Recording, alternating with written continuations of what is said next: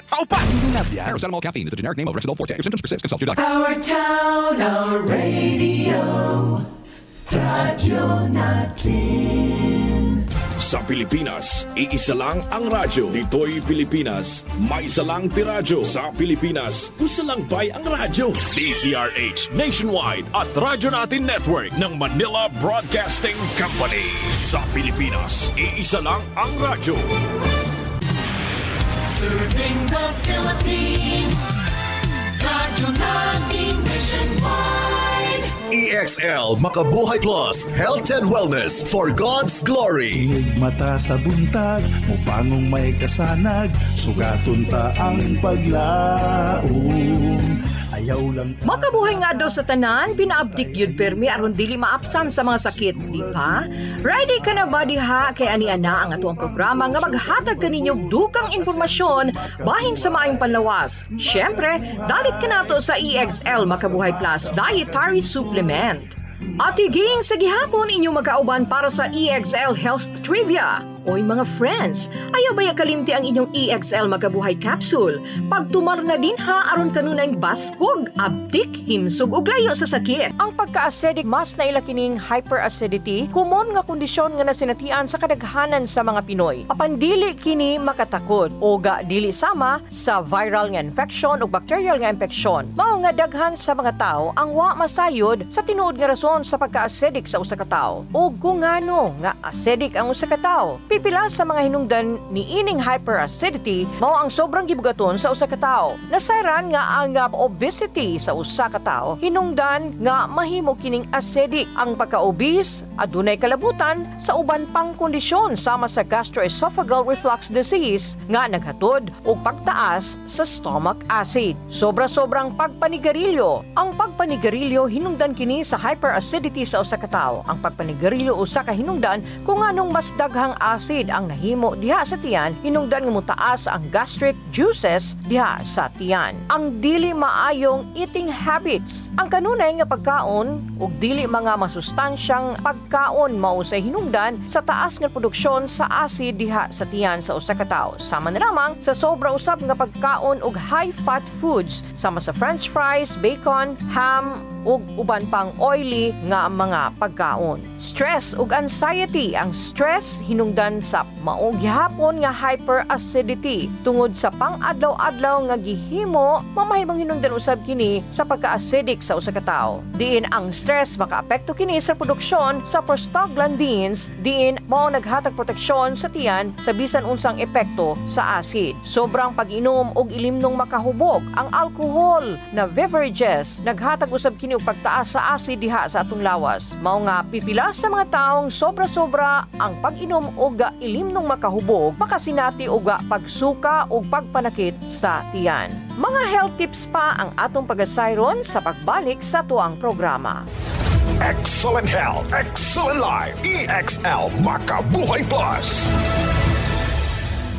Nila Intinado, Puro 4, Valencia City. Dugay-dugay na akong gibati nga hanap akong pananaw. Ang pounding sa Dr. Interenjong kay kinahanglag operahan. Wala ko'y kwarte bayad kay 30,000 man. Motor kong ingon nga ginutuloy ko kung sa akong agay ipamarong nga pagmasalamat sa makabuhay nga kabangan ko niya. Nga dili ko mabuta siya na klaro nagyod na ko. May nagyod akong pananaw. Kung kamoy na ay gipamati pareha sa ako nga Interenjong, dangot lang mo sa makabuhay kay moray makatabang sa atong kinabuhi.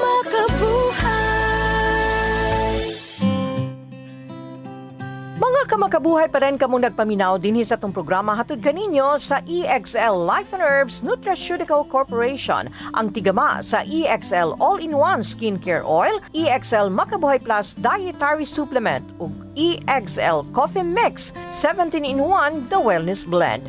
At higing sa gihapon ang inyong makauban para sa health tips for the day. Ang mga pagkaon nga ginakonsumo usa sa mga factor nga makaapekto kini sa pagtaas sa acid diha sa atuang tiyan. Mao nga hinungdan usab nga gikinahanglan nga masayran ang mga pagkaon nga pwede og makaayo alang sa usa ka taong acidic o dunay hyperacidity. Sama na lamang sa chicken breast, ang mga karne sama sa manok, labi na ang parteng breast, low fat mao nga makatabang kini aron mabawasan ang sintomas sa hyperacidity.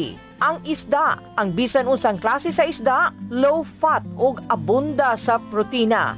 Gawas pa niini, ang isda maayo sab alang sa mga taong nakasinati kinig heartburn. Mao nga mas maayo alang sa mga taong acidic. Ang brown rice, mas naila kini nga masustansya kaysa sagad nga white rice. Kini adunay fiber nga makatabang aron pagbugong sa mga sintomas sa acid reflux. Ang lettuce, ang mga gulay nga mild sama sa lettuce, masustansya kini ug low in calories. Gawas pa niini, kini low in fat ug low in sugar. Mao nga makatabang kini alang sa stomach acid sa usa ka tawo. Melon, ang melon sama sa watermelon, mga prutas nga adunay low acid. Maong makaayo kini alang sa tiyan sa usa ka taong acidic. Mga pagkaon usab nga dili pwede sa acidic. Ang hyperacidity mamahimong makontrol pinaagi sa pagpili og mga ginakaon sa usa ka taong acidic. Mao nga aniya ang pipila sa mga pagkaon nga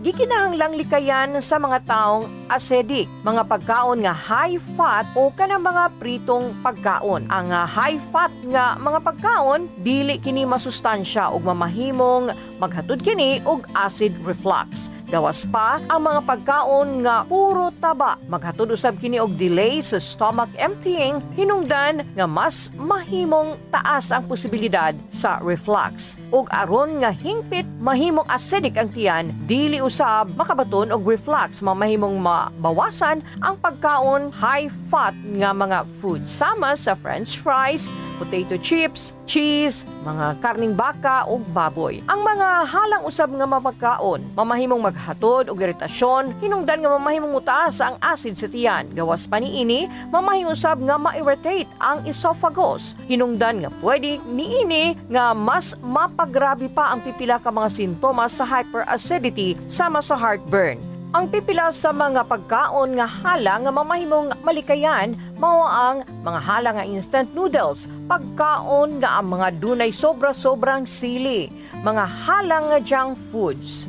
Ug ang mga prutas usab usa ka pagkaon nga naghatag og sustansya. Apan dunay mga pipila ka prutas usab nga dili makaayo alang sa imuhang kuto-kuto, labi na niadto mga acidic.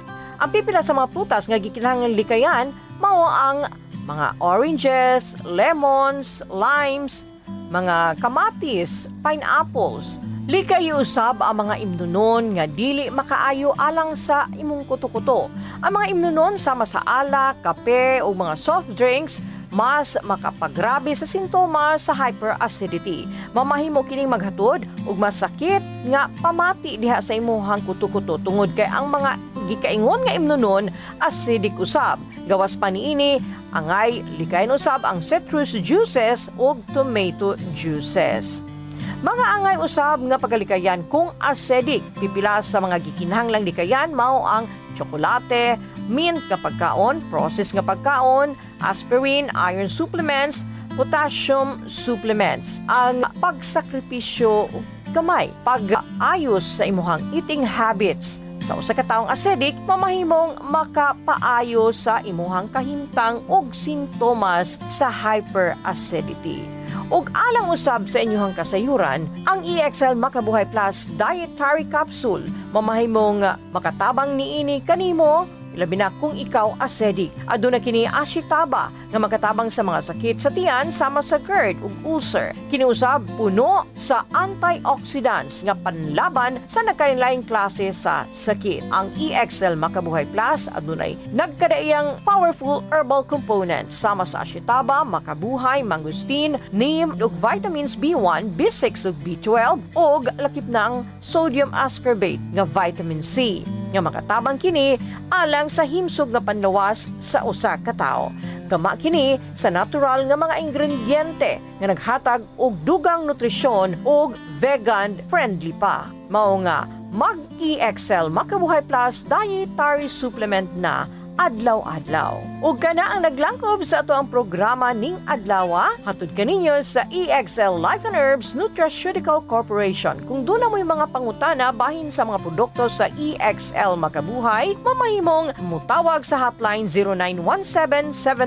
0917-728-1434. Daghang salamat sa inyong pagpaminaw. Kini si Ate Ging mo ingon kaninyo hangtod sa sunod higayon, makabuhay nga adlaw ug ampingi ang inyuhang panlawas. Halina't magmakabuhay. Our town, our radio, radyo natin.